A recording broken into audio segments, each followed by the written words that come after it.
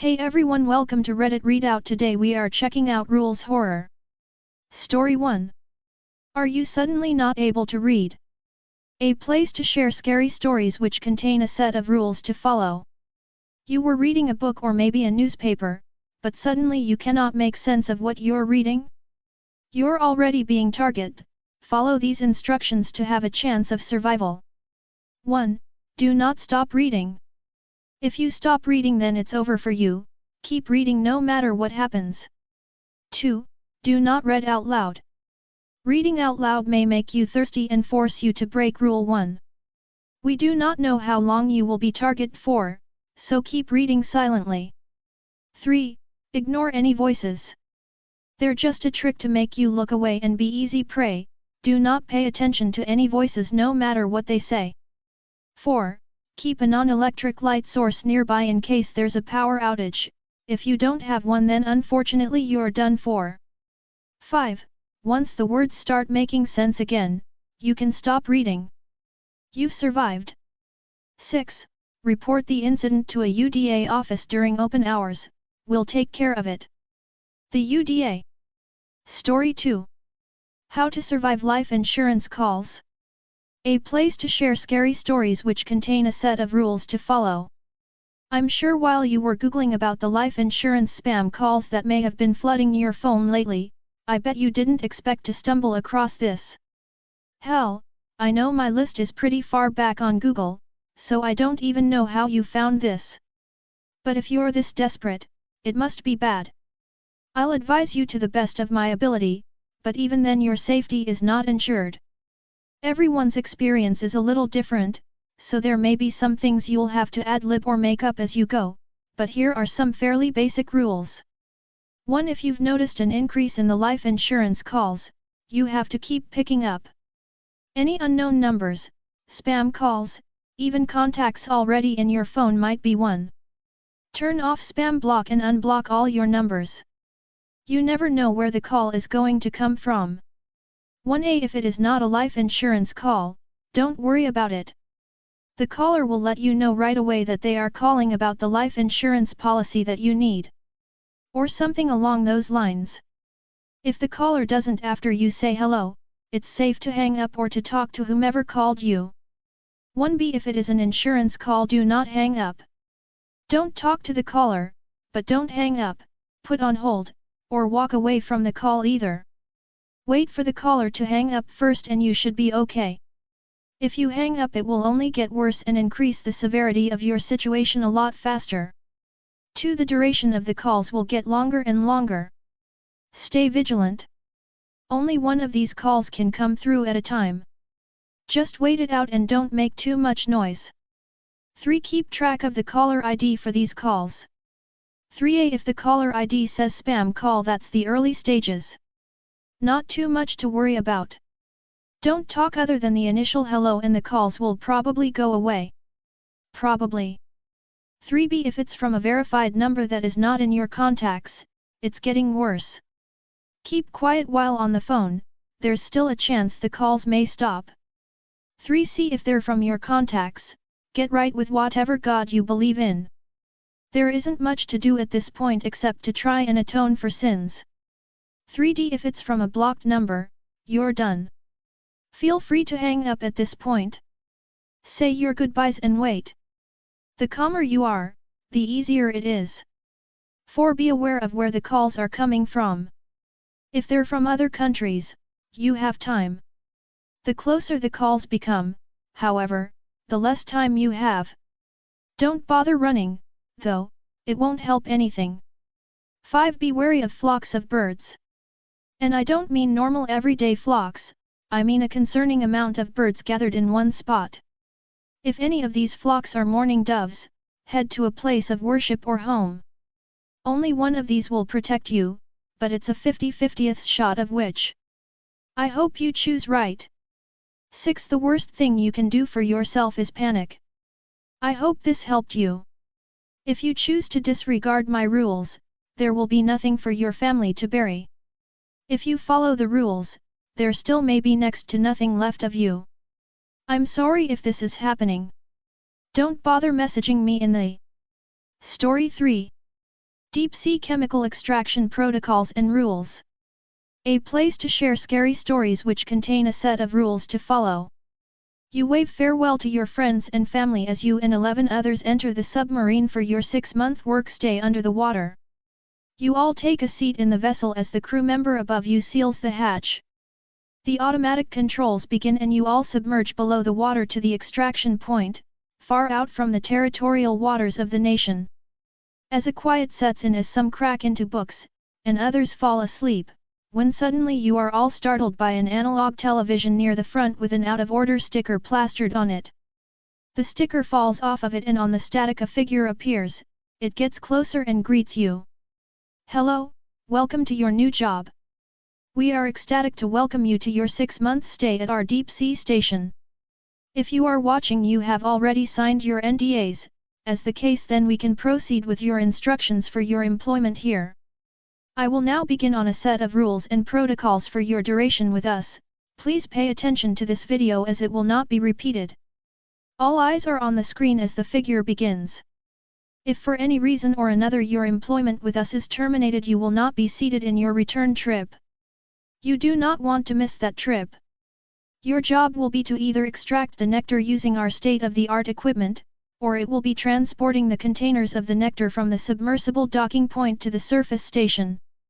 Our station's docking point is 10,645 feet below the surface. You will transport the nectar casing from the docking point to the upper area. At this point you will hand it over to the science department. Please use the stairs if the service lift is being maintained. If you are to extract the nectar, you and a team of 4 will be sent to the 30,000 feet depths to harvest it from the egg sac. Beware of the mother being and submersible malfunction. What is nectar? That is a good question. It is a that is extracted from the egg of the unknown species. The product is treated then sold off to our wealthy clients such as Or. The substance is highly addictive and causes an extreme that will cause further cravings. To the extent of our current knowledge, it is a mechanism by the to feed its. The exact origin or creation process of nectar is unknown. Your living will be a provided room on the lower levels of the surface point. The station was previously an oil rig and your room is a part of the original structure. This may lead to minor leaking or structural failures due to the age and lack of building regulation at this point of the ocean. On occasion clients will visit the site. During this time you and your fellow colleagues will be prohibited from exiting your quarters. We may terminate your employment with us if you exit unnecessarily. Emergency protocols depend on what type of emergency.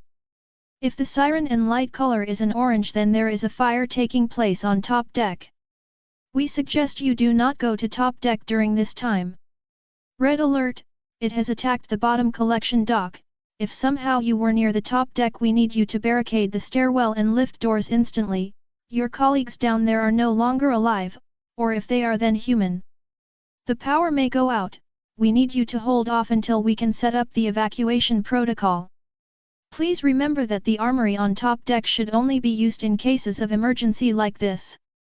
Armed staff will be sent to retrieve the remaining nectar pods from the hold.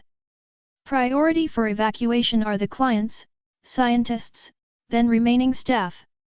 We are not responsible for any harm or damage done your body nor any possible loss of life. You are prohibited from breaking your NDA. We can tell if you plan on doing so, and if the case your employment will be terminated with us. That's about it. Also watch out for the thing on your way in and out. You all sit stunned at what you just watched. The television shuts down and turns itself off. Before any of you can say anything, a red-colored alarm paired with a siren starts playing at the top of the vessel. Story 4. Surviving the Forest Part 1.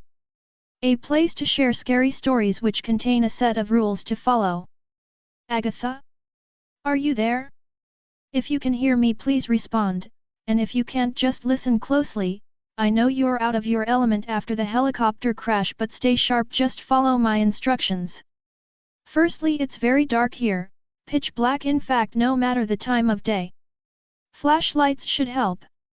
1A, don't keep it on for too long. A flashlight as bright as yours is sure to draw lots of attention. 2. Don't get curious, there is no such thing as just an animal here. if you hear so little as a twig snapping, don't investigate, just get out of there.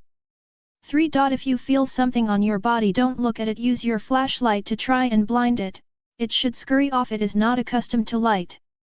3. If it still stays, try shouting or taking it off by hand, just scare it off without hurting it. It's venomous and will bite if it feels pain. 4. If you feel like you are being watched, then you are move into cover, then cast a large shadow onto the ground to fool whatever's there.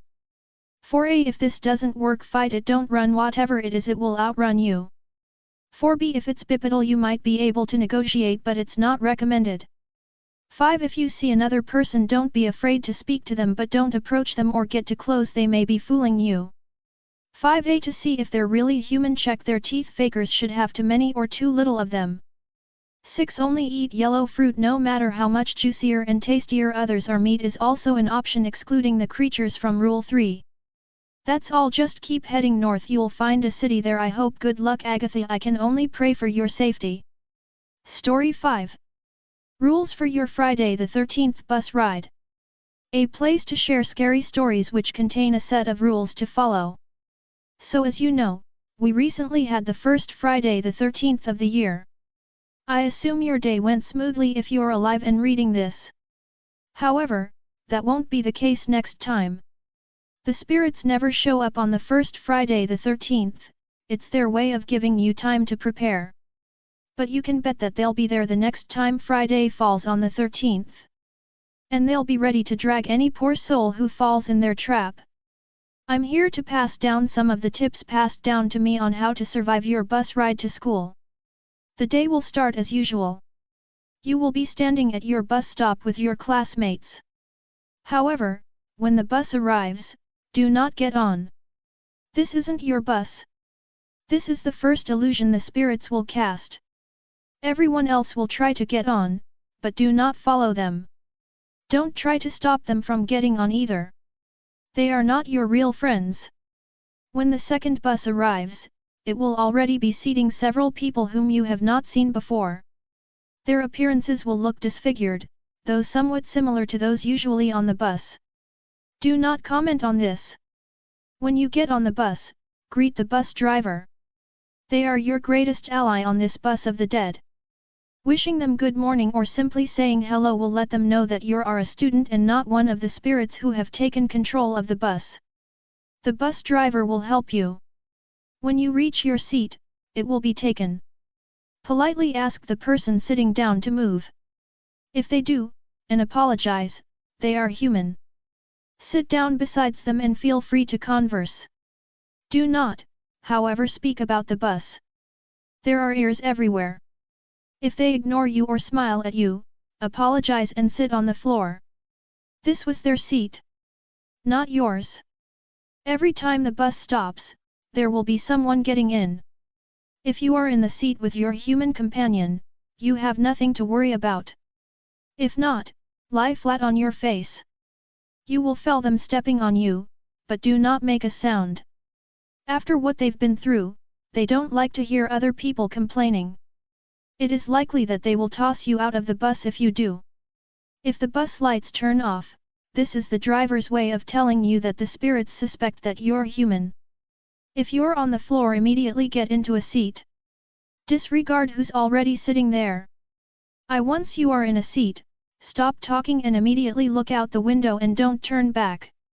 I'm afraid I don't know what exactly happens, but the driver is involved. The spirits will know you are human but won't hurt you for another couple minutes. Do not open your backpack.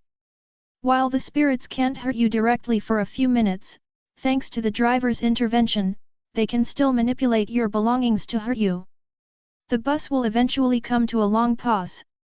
During this time, everyone will be required to get up and move around. Do not go to the back of the bus. That's where the bullies used to sit. Their methods have supposedly gotten a lot more morbid since the incident. Your best bet would be to go to the front of the bus and join the driver. When time to sit down again, take the seat closest to the front. While spirits, they still hold some respect towards the driver. They will not act up if the driver can see them, so it. The last part of the journey will be the roughest. I will summarize it for you here. Close your eyes for 3 seconds after every speed bump. Do not scream no matter what horrors you may witness outside. Even if the doors open, do not exit until it is announced to be safe to do so. Once the bus driver announces that you are here, thank them and run out of the bus and into the school building. The staff outside will understand. They were once students too. Do not look back. The spirits on the bus are now desperate to catch you. They will feed on any form of hesitation. Do not further research or discuss the bus ride alone or with peers. The more you know, the harder it will get to survive. Do not ride the bus back. The person who gave me these rules disappeared after riding the bus back, and I am not willing to risk my life to find out why. You will have to walk home. If I survive the journey, I will warn you of the dangers of walking home in another post. That is all for now. Good luck. That's all for today. Please don't forget to like and subscribe.